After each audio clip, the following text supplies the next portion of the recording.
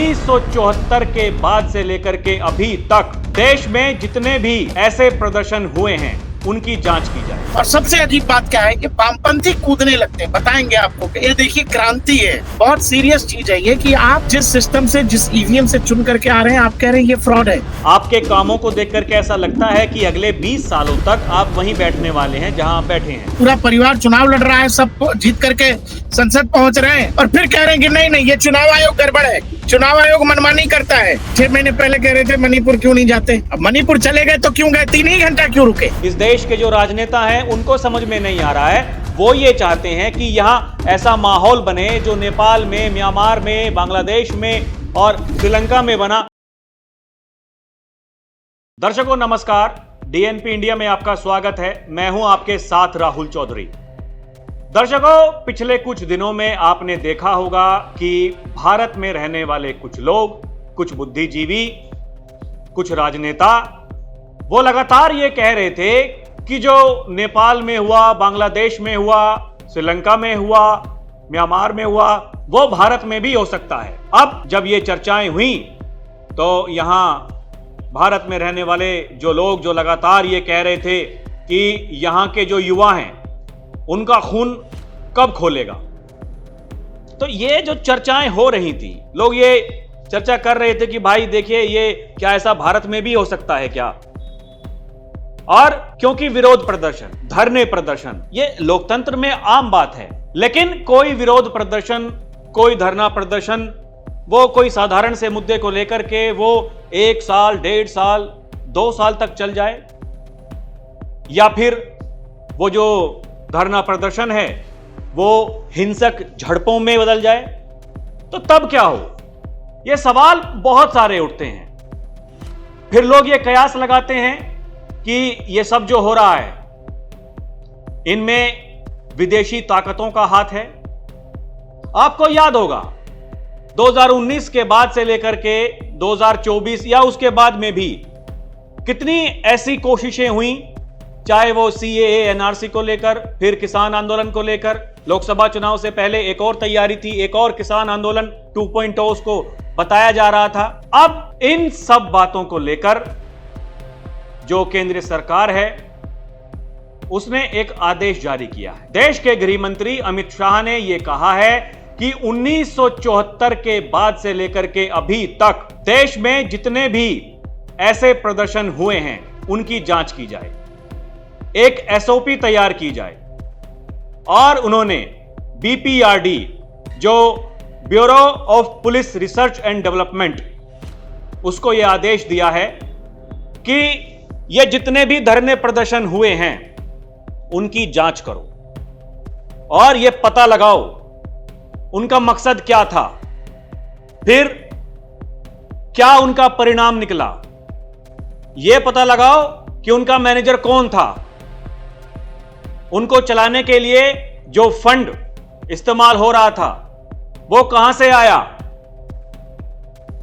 तो दर्शकों, ये जो कुछ लोग ये सपने देख रहे थे जो नेपाल में हुआ, बांग्लादेश में हुआ, वो भारत में होने वाला है, यहां के युवा भी सड़कों पर उतरेंगे, उससे पहले ही सरकार को पता है कि क्या हो सकता है, क्या नहीं हो सकता है।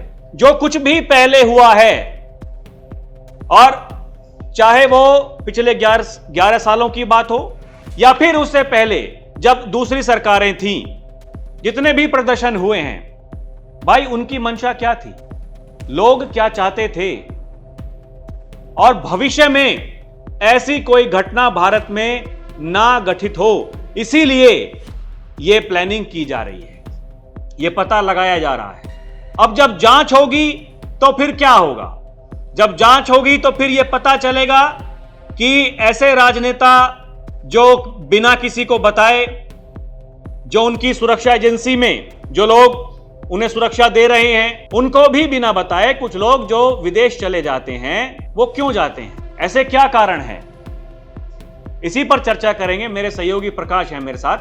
प्रकाश भाई, अभी देखिए ना आप, जैसे कि मैंने कहा कि बहुत सारे राजनेता यहाँ के जो सोशल मीडिया इन्फ्लुएंसर वो ये कह रहे थे कि यहाँ के जो युवा हैं उनका खून कब खोलेगा? अब सरकार का ये जो आदेश है, इसको आप कैसे समझते हैं? ये आने वाले दिनों में अब क्या होने वाला है? राहुल जी, ये देश के लिए बड़ा जरूरी है। देखिए, जब भी मौका मिला है, आपको जनता बार बार नकार रही है, तो आप शॉर्टकट ढूंढ रहे हैं। आपको पता है कि सामने जो आदमी है उसको हराना पहाड़ पार करने जैसा है, एवरेस्ट की चोटी चढ़ने जैसा है। एवरेस्ट की चोटी पर भी लोग चढ़ते हैं राहुल जी, लेकिन बहुत सारे लोग हैं।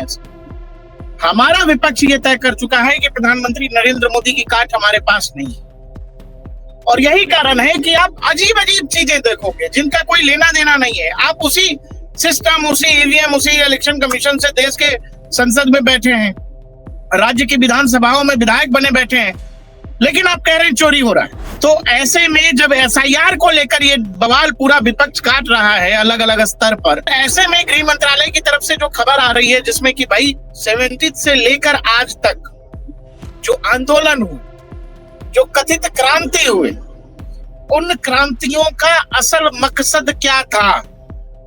क्या वही मकसद था जो दिखाया जाता था, या फिर कुछ छुपा कर कुछ बताया जाता था? वो छुपी हुई जो कहानियां हैं। एक दौर में कहते हैं कि इंदिरा जी को जब बांग्लादेश पर एक्शन करना था, को इंदिरा जी असली बात तो अपने कैबिनेट में कभी करती ही नहीं थी, क्योंकि उस समय की प्रधानमंत्री को ये लग रहा था कि पूरी की पूरी कैबिनेट ही सीआईए और केजीबी के पेरोल पर है। जैसे आज के दौर में आप देखते हैं, मिडिल ईस्ट में दुनिया का हर देश इंटरेस्ट ले रहा है, जिसके पास भी ताकत और पैसा है, और दुनिया के हर देश के इंटेलिजेंस के लोग आपको वहां पर मिल जाएंगे। जैसे एक दौर में तालिबान हुआ करता था अफगानिस्तान, आपको वहां सीआईए के लोग मिलेंगे, वहां आपको केजीबी के लोग मिलेंगे, वहां ब्रिटिश इंटेलिजेंस के लोग मिलेंगे, मोसाद के लोग मिलेंगे। इंटेलिजेंस का खेल अभी जहां सबसे ज्यादा हो रहा है वो मिडिल ईस्ट में, पाकिस्तान में भी खूब होता रहा है, अभी भी हो रहा है, बलूचिस्तान के हिस्से में खासकर, अफगानिस्तान में होता रहा है। आप ये देखो राहुल जी, बहुत सिंपल है कि कोई भी चीज स्वतः स्फूर्त अब दुनिया में कुछ होता नहीं है, वो दौर चला गया राहुल जी। कहीं न कहीं से कोई न कोई प्रेशर, कोई न कोई पंप काम करता है, इकोसिस्टम काम करता है, जिसके बाद आप अचानक देखते हैं कि अरे अभी सड़कें खाली थी और 2 घंटे के बाद लाखों की भीड़ सड़कों पर है। क्या तो फलाने आदमी के हटाओ, नहीं हटाओगे तो अच्छा उसके घर में घुस जाएंगे, राष्ट्रपति भवन में घुस जाएंगे। आपने दुनिया में जिन भी देशों को देखा है, और सबसे अजीब बात क्या है कि वामपंथी कूदने लगते हैं। बताएंगे आपको कि ये देखिए क्रांति है, ये छात्र क्रांति है। जब तक ये छात्र क्रांति करते रहेंगे तब तक वही छात्र दूसरी तरफ जाके बलात्कार, रेप ये सब करते हैं, लोगों की आग जलाते हैं, तब ये चुप हो जाएंगे, क्योंकि तब तक इनका काम हो जाता है। उसके बाद ये आपको ये जवाब नहीं देंगे कि ये जो छात्र अभी तक क्रांति कर रहे थे, ये लोगों के घर क्यों जला रहे हैं, ये हिंदुओं को ही क्यों मार पीट रहे हैं। कहने का मतलब ये है राहुल जी, आप सीएए एनआरसी उठा लो, कहीं कुछ मत देखो। जो शाहीन बाग का इलाका था, वहां जो लोग बैठे थे और उनका जो मिजाज था, जो माइंडसेट था, वो क्या था? वो देश जुड़ने वाला तो नहीं था, देश की एकता, एक अखंडता को बनाए रखने वाला तो नहीं था। एक लड़का उसी शाहीन बाग में खड़ा होकर कहता है, सरजील इमाम अभी भी जेल में बंद है, कि भाई भारत के नॉर्थ ईस्ट को, वहां पर चूंकि अल्पसंख्यकों की यानी कि मुसलमानों की आबादी उस हिस्से में ज्यादा है, तो हम नॉर्थ ईस्ट को बाकी भारत से काट सकते हैं क्या? सड़कों से लेकर के रेलवे लाइंस पर इतना मवाद, इतना कूड़ा, इतनी गंदगी कर दो कि भारतीय इंडियन आर्मी उधर जा ही ना सके। अब आप ये समझो, अब ये लोग क्रांति करना चाह रहे थे क्या वाकई में सीए एनआरसी को लेकर? अरे भाई, सीए एनआरसी से तो किसी भारतीय मुसलमान की नागरिकता गई नहीं, उल्टा लोगों को नागरिकता मिली है जो दूसरे देशों के लोग थे। इसीलिए ऐसे समय में ये खबर का आना बड़ा जरूरी था, क्योंकि आप देखो ना कि देश में प्रहार किस चीज पर हो रहा है राहुल जी। बहुत सीरियस चीज है ये कि आप जिस सिस्टम से, जिस ईवीएम से चुन करके आ रहे हैं, आप कह रहे हैं ये फ्रॉड है, इसमें गड़बड़ है। राहुल जी, गड़बड़ है। उसी ईवीएम से आप चुन करके वायनाड से गए हो, आपकी बहन है फिलहाल, और आप रायबरेली से हो, और वो सिस्टम अगर काम नहीं कर रहा और सिस्टम में इतना कुछ लूपहोल है, हाँ भाई, आप इस्तीफा दे दो, क्षेत्रों से आप जीत जाते हैं। आप इस्तीफा दे दो भाई, पूरी की पूरी 99 के 99 जो भी सांसद है उनसे इस्तीफा दिलाओ, राज्य की सरकारों से इस्तीफा दिलाओ और कह दो कि जब तक बैलेट पेपर से नहीं कराओगे हम नहीं मानेंगे। चुनाव आप बैलेट पेपर वाला भी हार गए, अभी था उपराष्ट्रपति का चुनाव। ये सब देखिए राजनीति में केवल एक तरफा खेल तो होगा नहीं राहुल जी। अगर विपक्ष ये तय ही कर चुका है कि अब उसके निशाने पर इलेक्शन कमीशन है, और अगर सरकार या देश को यह मंशा लग रही है कि इलेक्शन कमीशन पर हमला करते हुए विपक्ष कुछ बड़ा और अजीब तैयार कर रहा है, जो हाइड्रोजन बम, एटम बम की बात हो रही है लगातार, तो सरकार चुप बैठेगी क्या? सरकार भी अब क्या कर रही है? सरकार कह रही है ना कि हम 70s के बाद से देखेंगे किस आंदोलन के पीछे कौन सी मंशा थी। और प्रकाश भाई, यहाँ देखिए वो राजनीतिक इच्छा शक्ति की भी बात होती है कि देखिए आपकी सरकार पिछले 11 सालों से है भाई, उससे पहले तो विपक्ष की सरकारें थी, कब कैसे क्या क्या हुआ। ठीक ऐसे ही अभी आप देखिए संभल को लेते हैं। संभल में जो पिछले साल वो दंगे कराने की जो साजिश थी, उसमें कामयाब तो वो नहीं हो पाए क्योंकि सरकार योगी आदित्यनाथ की है।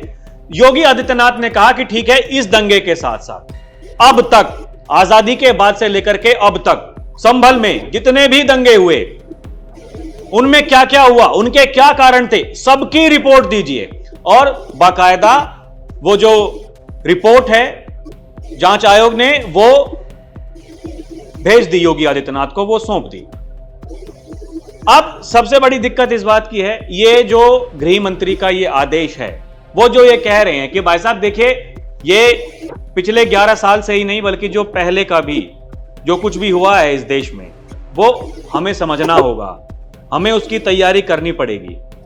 एक एसओपी बनाई जाए कि अगर भविष्य में ऐसा कुछ हो सके तो फिर हम क्या कर सकते हैं उनसे निपटने के लिए। और पहले ही ये जांच कर ली जाए कि कौन है वो लोग जो ये चाहते हैं कि भारत में ऐसी ताकतें वो हावी। अरे राहुल जी, अभी तो ऐसा भी कोशिश कई जगह करने की कोशिश हो गई कि भाई पंजाब पुलिस लाठीचार्ज कर रही है किसानों पर, लेकिन दोषी कौन है? नरेंद्र मोदी, केंद्र की सरकार। आप लोग यहां मत बैठो, आप लोग दिल्ली जाओ। ये सब देखा है ना हमने। आप ये बताइए कि आप जिस चीज की मांग कर रहे हैं, आप कह रहे हैं हमको किसान या वो नहीं चाहिए, किसान बिल नहीं चाहिए या किसान कानून नहीं चाहिए, सरकार उसको रिवोक कर देती है, आप फिर भी वहीं बैठे रहते हैं। क्या मंशा रहती है आपकी? तो एक बात तो देखिए, वो तो खुली आंखों से हमको आपको समझ आ रहा ना, एनआरसी या सीए का आंदोलन किस लिए था, पहलवान आंदोलन किस लिए था, ठीक चुनाव से पहले, हरियाणा चुनाव से पहले, या फिर किसान दोबारा वापस क्यों दिल्ली आ रहे थे, ये सब तो आंखों के सामने है राहुल जी। ये तो समझ आ रहा है सीधा सीधा। आप देश में इलेक्शन कमीशन में, फिर कह रहा हूं, उसी से आप चुनाव लड़ रहे हो, पूरा परिवार चुनाव लड़ रहा है, सब जीत करके संसद पहुंच रहे हैं, और फिर कह रहे हैं कि नहीं ये चुनाव आयोग गड़बड़ है, चुनाव आयोग मनमानी करता है, चुनाव आयोग पर हमको यकीन नहीं है, हमको बैलेट वाला सिस्टम चाहिए। तो देश क्या मूर्ख है राहुल जी? क्या देश को नहीं समझ में आता प्रोपेगेंडा हो रहा है? तो इसीलिए इसमें एक कहानी तो है नहीं है कि जिस लेवल की कहानी खेली जा रही है विपक्ष की तरफ से, तो अब सरकार को भी ये लगता है कि भैया ये ज्यादा ही हो रहा है। पिछले वालों की जांच होगी तो साथ में आज वालों की भी तो जांच होगी राहुल जी। म्यांमार में अगर टूल किट तैयार हो रहा है, किसान आंदोलन और किसानों की समस्याओं पर अगर मियां खलीफा पॉर्न स्टार ट्वीट कर रही है, तो ये तो बड़ा विज्ञान है भाई, इसको तो बड़ा समझने की जरूरत है कि मियां खलीफा को भी भारत में खेती की बड़ी चिंता हो रही है, और उस तरह के लोगों से ट्वीट और मेल करवाए जा रहे हैं, फैलाया जा रहा है। तो बात यह है राहुल जी कि अगर विपक्ष को लगता है कि एसआईआर की बात करके या इलेक्शन कमीशन को मैनेज्ड बता करके अगर वो सरकार पर दबाव बना लेगा, तो कहानी अब 70 से शुरू होगी, इंदिरा गांधी के जमाने से, और जमाना राजीव गांधी का भी आएगा, पीवी नरसिम्हा राव का भी आएगा, मनमोहन सिंह का भी आएगा। ये तार इसलिए जोड़े जा रहे हैं क्योंकि आप देखें ना, जो विपक्षी नेताओं की जो भाषा है, यहाँ देश के युवा प्रधानमंत्री को सड़कों पर दौड़ा करके पीटेंगे, अगर फिर से प्रधानमंत्री बन गए नरेंद्र मोदी तो 6 महीनों के भीतर देश में आग लग जाएगी। अभी आप देखिए आने वाले दिनों में क्या क्या होता है। जब सवाल उनसे, अब वर्तमान की मैं बात कर रहा हूं, जब सवाल उनसे ये पूछे जाते हैं कि अब देखिए प्रधानमंत्री वहां गए हैं, प्रधानमंत्री वहां जाने वाले हैं, ये है, वो कहते हैं कोई मुद्दे हैं नहीं। मुद्दा सबसे बड़ा ये है कि देश में वोटों की चोरी हो रही है, डकैती हो रही है। गजब के वो है राहुल गांधी। अब बताइए, अभी 6 महीने पहले कह रहे थे मणिपुर क्यों नहीं जाते। हाँ, अब मणिपुर चले गए तो क्यों गए, 3 ही घंटा क्यों रुके। तो इस बात का कोई इलाज तो है नहीं राहुल जी, और कोई जवाब भी नहीं है। जवाब तो जनतंत्र में, लोकतंत्र में जनता देती है।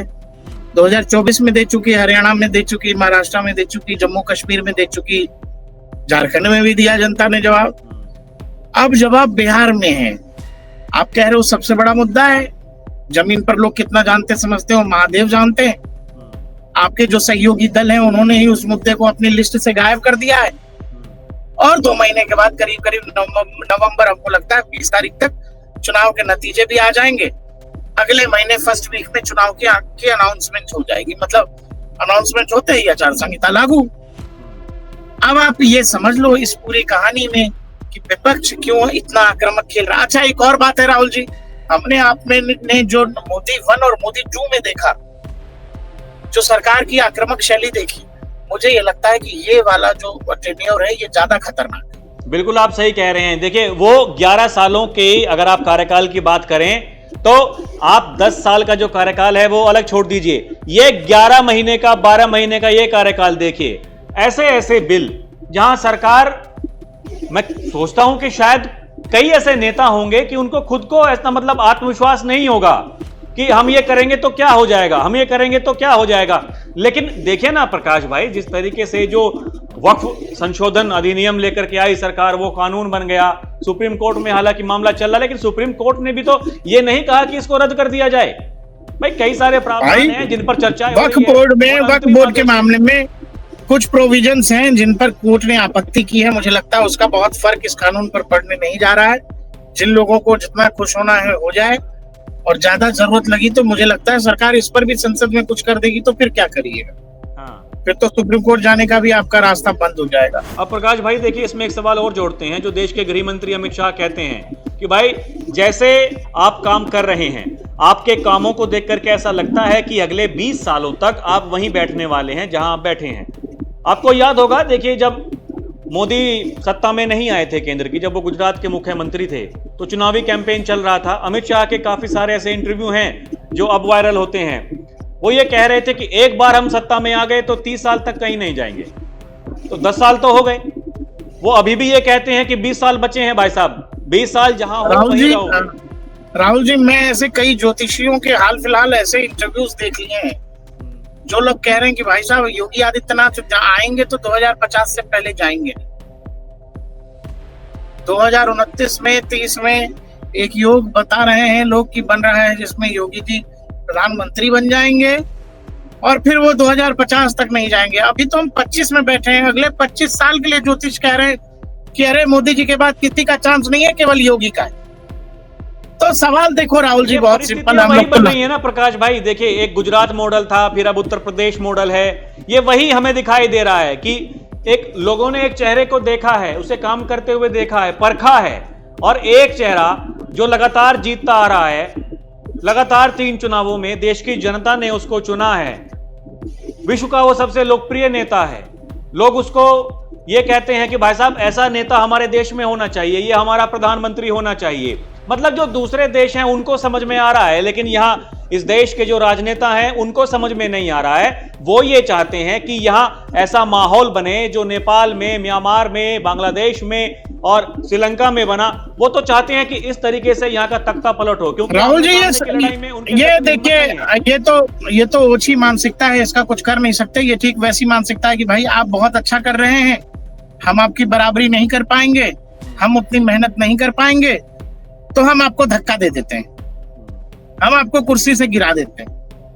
लेकिन इंडिविजुअल लड़ाई में शायद 2 ही लोग लड़ते हैं। राजनीति में जनता जिसके पीछे खड़ी है वही नेता बड़ा है, और लोकतंत्र में वही ताकतवर है। प्रधानमंत्री नरेंद्र मोदी का जन्मदिन है, आम लोगों में क्या इम्पैक्ट होगा वो छोड़ दीजिए। दुनिया के देशों से जो हैप्पी बर्थडे आज मेरे भाई का बर्थडे जो चल रहा है, और नहीं बर्थडे वाला कई सारे जो गाना है, तेरा बर्थडे आया, तेरा बर्थडे आया टाइम, भाई बड़े से बड़े नेता है। डोनाल्ड ट्रंप को तो हाल फिलहाल हम लोग गिन ही नहीं रहे हैं। My dear friend Modi, dear Narendra, क्या बात है। और नीचे क्रेडिट, अब बताओ, ceasefire master Donald Trump है, लेकिन नीचे क्रेडिट दे रहे हैं रूस यूक्रेन युद्ध रुकवाने में मदद करने के लिए धन्यवाद। नोबेल उसने खुद ही छोड़ दिया राहुल जी, बोला इसके रहते तो नहीं हो पाएगा। छोटे से छोटा देश, बड़े से बड़ा देश, हम लोग जब से होश संभाल रहे हैं, तो मुझे जब जो पहला मुझे लगता है प्रधानमंत्री का नाम मुझे याद आ रहा है जहन में, जो बहुत क्लियर विजन के साथ कुछ चीजें जिनके बारे में हम लोग बता भी सकते हैं बचपन में, अटल बिहारी वाजपेयी। अटल जी के बाद ये क्या कहते हैं मनमोहन सिंह ही रहे फिर तो 10 साल, और फिर नरेंद्र मोदी, और इस दरमियान अलग अलग राज्यों में बहुत सारे नेता आए, बहुत सारे नेता गए। आप जब याद करोगे तो आप याद करो ना, देश के प्रधानमंत्री को मिल रहा सम्मान केवल प्रधानमंत्री का है कि देश का है? देश का है। मेरे प्रधानमंत्री को आज दुनिया का हर देश हैप्पी बर्थडे टू यू कह रहा, ऐसा क्या हो गया है राहुल जी? ऑस्ट्रेलिया का पीएम लिख रहा है, इजराइल के प्राइम मिनिस्टर लिख रहे हैं, वहां आपको ब्रिटेन से मैसेजेस आ रहे हैं, दुनिया का सबसे ताकतवर देश जो अभी तक सीज फायर की गिनती कर रहा था वो कह रहा नहीं मैंने नहीं कराया, आप तो रूस यूक्रेन करा रहे हो। ये वो कह रहा है। हमने मना किया कि भाई साहब हमारा तो कोई लेना देना नहीं, पाकिस्तान वाला भी मना कर रहा है। तो कौन कितना बड़ा है, कौन कितना महान है, किसका एक्सेप्टेंस कितना है, दुनिया किस नेता को कैसे देख रही है। आज जब नरेंद्र मोदी 75 साल के हुए हैं तो इंटरनेट खोलिए और देख लीजिए कि उस आदमी ने कैसे भारत की जो छवि है दुनिया में बदल दी है, और भारत जैसे देश के नेता होने के कारण खुद नरेंद्र मोदी की कितनी इज्जत है और कितनी ताकत में बढ़ोतरी है। ये बात आपको अपने आप ट्विटर पर देखिए राहुल जी, एक से एक नेता, हर व्यक्ति अपने साथ पीएम की तस्वीर, कोई पुरानी तस्वीर, कोई नई तस्वीर शेयर कर रहा है और अपनी स्टोरी बता रहा है। मैं और आप जैसे लोग भी हैं जो पिछले 10 सालों में तो नहीं मिले, सौभाग्य मिला नहीं, कभी कोई रैली भी मैंने कवर नहीं की। हम लोग तो 10 के आदमी थे, कभी कोई रैली भी नहीं कवर की राहुल जी। लेकिन नरेंद्र मोदी ने क्या किया, देश की राजनीति में जो बड़ा बदलाव हमको लगता कर दिया वो ये कि वो हर आदमी के जीवन में घुस गए हैं, हर आदमी के जीवन में घुस गए हैं। आप नहीं भी चाहेंगे, आप बहुत बड़े आलोचक भी हैं, फिर भी आपके मन में ख्याल तो आ जाएगा कि भाई हमारे साथ भी तो। पटना की कहानी बता रहा हूं, एक इंटरनेट पर रील था राहुल जी, पटना उतरा एक लड़का, यादव समाज से लड़का था, पूछा, उतरा पटना एयरपोर्ट, देख के माथा घूम गया, कह रहा बाप रे बाप ऐसा एयरपोर्ट। तब तक सामने एक लड़का उसका वीडियो रिकॉर्ड कर रहा था, कह रहा है कि काम तो बहुत हुआ है लेकिन क्या करें, वोट लालू जी को ही जाएगा। अब आप ये समझना, वो कह रहा है कि चाहे मैं जितना बोल लूं काम नहीं हुआ है, नीतीश जी खराब है, मोदी जी खराब है, लेकिन जो चीज आंखों से दिख रही है उसको कैसे आप मना करोगे भाई? ये पूरा का पूरा राज्य गड्ढों पर चलता था, सड़कें नहीं थी राहुल जी, बिजली नहीं थी, पानी नहीं था। आज कोई झोपड़पट्टी में भी अगर रह रहा है तो झोपड़पट्टी के बगल में एक छोटा सा नल जल जो है उसकी झोपड़पट्टी से जुड़ा हुआ है और वो सुबह शाम पानी की सप्लाई ले रहा है। ग्रामीण इलाकों में हर किसी के जीवन में इस देश में ऐसा जरूर हुआ है कि पहला लीडर है जो कहीं ना कहीं अगर आप अनुभव करें तो आपको लगेगा कि उनकी वजह से हमारे जीवन में ये बदलाव आ गया। हम आप बैंक कब जाते हो राहुल जी, जाते हो क्या? तो भाई कोई नेता अगर बड़ा है राहुल जी तो बड़ा है। अब इसको आप साजिशन जो है सड़कों के जरिए कृत्रिम तरीकों से उसको रिप्लेस करना चाहते हैं, बनाना चाहते हैं, तो आखिर सरकार भी तो चुप नहीं बैठेगी ना। नरेंद्र मोदी के पास भी तो अमित शाह है ना, और अमित शाह इन्हीं चीजों के तो मास्टर हैं। आपको लग रहा है कि आप कॉन्स्पिरेसी कर लेंगे, किसी तरह से ट्रैप कर लेंगे, तो फिर आपको सामने हर बार अमित शाह दिखाई देंगे। अब दीजिए जरा हिसाब 70s के बाद से जो कुछ देश में हुआ है, ज्यादातर कौन सी सरकारें थी ये भी देख लीजिए, किन पार्टियों के प्रधानमंत्री थे ये भी देख लीजिए, करिए हिसाब हिसाब, बढ़िया है, चलने दीजिए हिसाब। तो दर्शकों, जो साजिश लोग यहां करने की सोच रहे थे, ये चाह रहे थे कि ऐसा कुछ यहां भी हो जाए, देश के गृह मंत्री अमित शाह ने ये पहले ही पूरा खाका तैयार कर लिया है।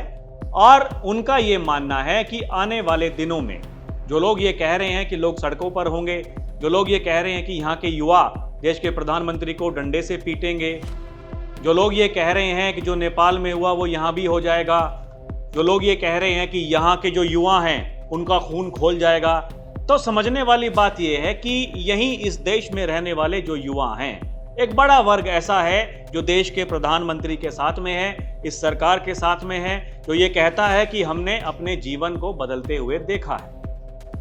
अब जो सपने लोग देख रहे थे, क्या उनका सपना टूटने वाला है?